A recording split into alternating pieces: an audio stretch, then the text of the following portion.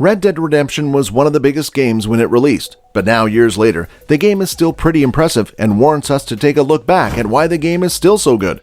It's always more fun to talk about a game long after you and really the rest of gaming culture has fully digested it.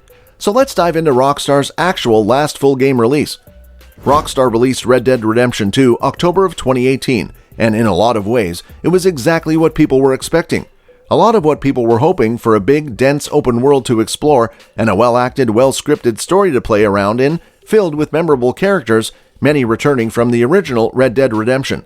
In the prequel, you could ride horses, you shoot dudes, you do story missions and explore the wilderness. You hunt, you find secrets, you hop on trains, you explore small towns, a really impressive big city, and take care of your character by eating and bathing. And people were expecting something similar in Red Dead Redemption 2. So here were the best things that made the game so good, or perhaps even better. Let's take a look. The world. The world of Red Dead Redemption 2 is unlike any other. The map is gigantic but realistically laid out. It never feels like you just magically wound up in the desert or the snowy mountains. Each area feels like a transition perfectly from the last. Each town feels memorable, what with their own unique soundtracks and atmosphere, and the group camp always feels like home. It's a world that trumps any other in terms of scope, liveliness, and immersion. Sometimes when you play a game, you wonder why it took so long to make. The opposite is true of Red Dead Redemption 2. It's a living, breathing world that feels like it should be impossible on current hardware. It makes all other open worlds feel completely devoid of life and like a stage play.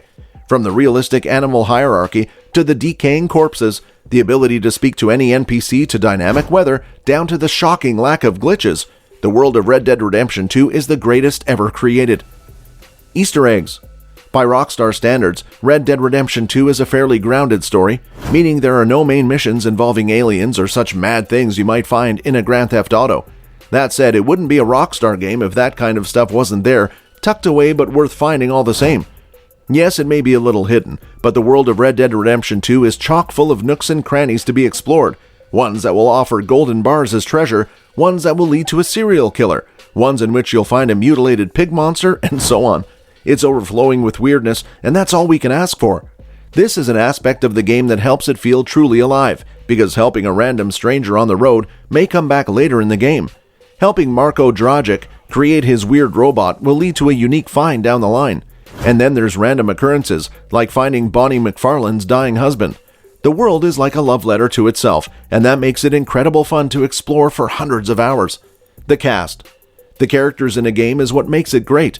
Every character you come across in Red Dead Redemption 2 is memorable, whether it's the sheriff of Valentine, Tilly from camp, or a random beggar in the street.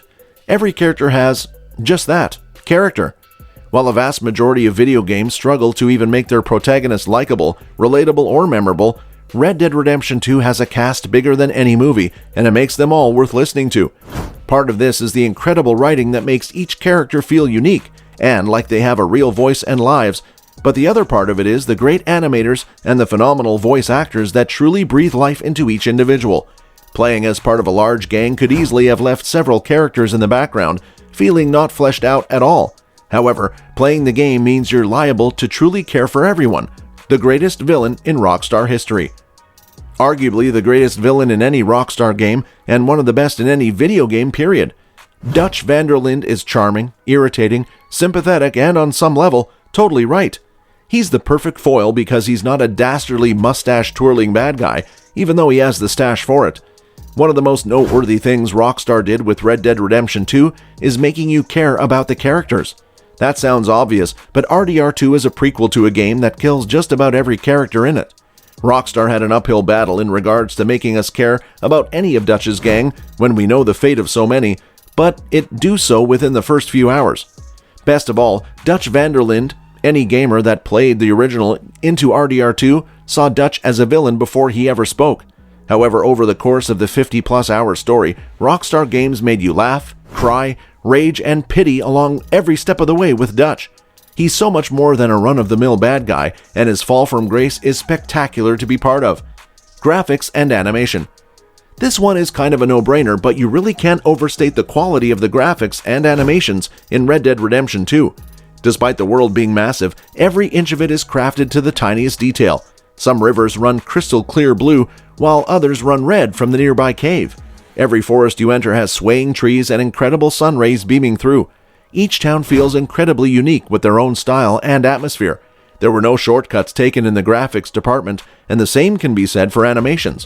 Whether it's the way the carcass on the back of the horse bounces as it gallops, how snow dynamically moves underfoot, the way oranges dance around in a basket in the back of a carriage, or the way mud and blood stick to your clothes and face, Red Dead's level of animation is mind-melting. These aspects are make or break for a lot of games, but many developers take shortcuts.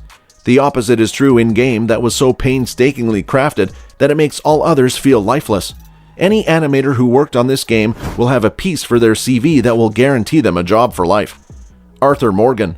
For the first few chapters of Red Dead Redemption 2's story, Arthur Morgan seems like a rather by-the-numbers protagonist. He's rough, takes no shit, and doesn't care for small talk. Yet, as the story unfolds, Arthur blossoms into a diverse, layered character that belays his troubled upbringing and conflicted mind. As you progress through Red Dead Redemption 2, you begin to see Arthur change. The events of the story and his run-ins with characters begin to shape him into the man he is at the end of the game. That evolution is fast-tracked by his ailment later in the game, and that's what makes it so heartbreaking to play. Arthur is a good man deep down, and learning of his illness spurs him to make the most of his final days and weeks by helping others. What follows is true redemption and the development of a character that makes most others seem completely hollow in comparison. Quite frankly, Arthur Morgan is the greatest character in any video game, and that alone would have been enough to catapult Red Dead into an upper echelon. When combined with all the other elements listed here, however, you have the single best video game ever made. Discarding convention.